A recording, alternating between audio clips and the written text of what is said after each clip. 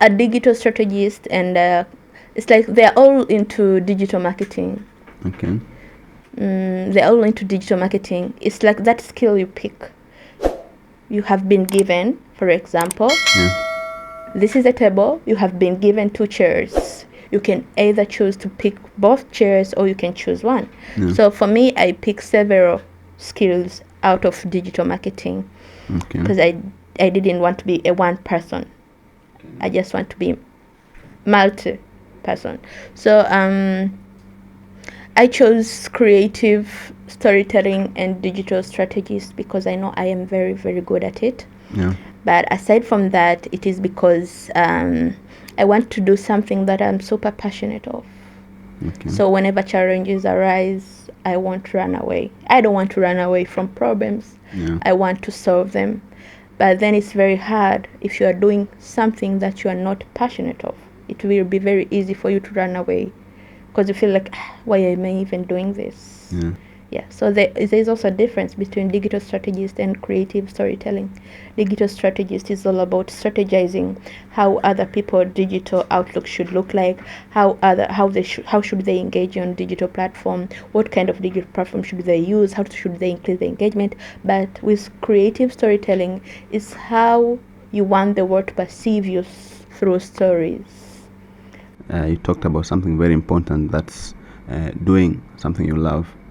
I always encourage people to do something that they're passionate about because things get very tough on the way, and if you are doing something that you don't like, it's very easy to give up and it's very easy to stop.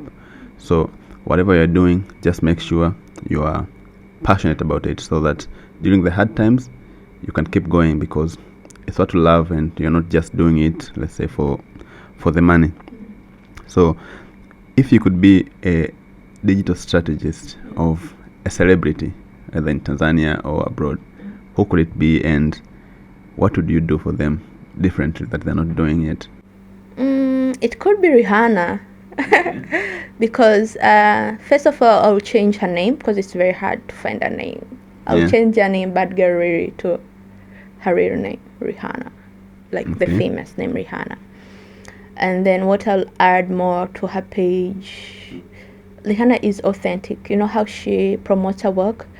She is authentic. The kind of foundation that she's wearing, she'll show you from the befores and afters. But then I guess what I'll add is to make it not more professional, but also to make it like it's a casual video. Like people should see it, should feel it, should resonate. Like, okay, this is not about quality. It's not about the quality of the camera. That's why I'm looking like this. It's because of the foundation itself. It's because of this powder that I'm using. It's because of this lipstick that I'm using. Yeah, so it's more of adding a situation that resonate with the community that she has. But Gariri, if you're watching this, just come to Getrude. Yeah. Yeah. You know, Tanzanians, they don't like reading books. That's the notion that's available right now. But you have written more than 13 books. How do you make sure that your books are being read by Tanzanians? It's not like they don't want to read books. It's about what kind of books are they supposed to read and what exactly is in that book. We don't have that culture, that's true.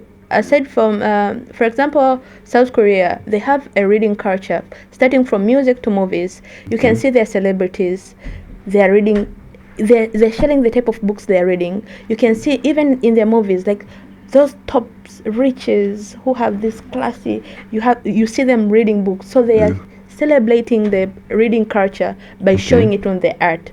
But for Tanzania, it has to be you with you. It's either you like reading books or not. It is either you're being inspired to read books or not. But for me, the most important thing that I was able to do is titles. I believe a very good title, a very catchy title can inspire someone to buy your book, in which it did 100 times. So for example, my other book, my previous book, aside from Tandy, When Are You Getting Married, it was called Okay, should I translate it? It doesn't make sense if I translate it to English. But then it was a letter to all men who left me. Okay. So you see, that title is catchy. You have to find the book and read. Yeah. So, for example, I'll speak to numbers. My books, I publish 1,000 copies for 3 months, a span of 3 months. And I also have it online. So for on online, I have more than 3,000 readers for each month reading online my 2 books that are online, A Letter to All Men Who Left Me and Tandy, When Are You Getting Married? And aside from that, other books that are published are specifically for kids. They are basing on digital. So I publish them maybe 500 copies or 2,000 copies. This it will be in partnership with either embassies or non-government organization, and kids read and they give you feedback, because at the end of the day they have to write down what they have read from the book. So I get a lot of feedbacks, but sometimes calls from children, calls from other people like, I have read your book, when is part 2 coming, Getrude? Yeah. And so you are making something good.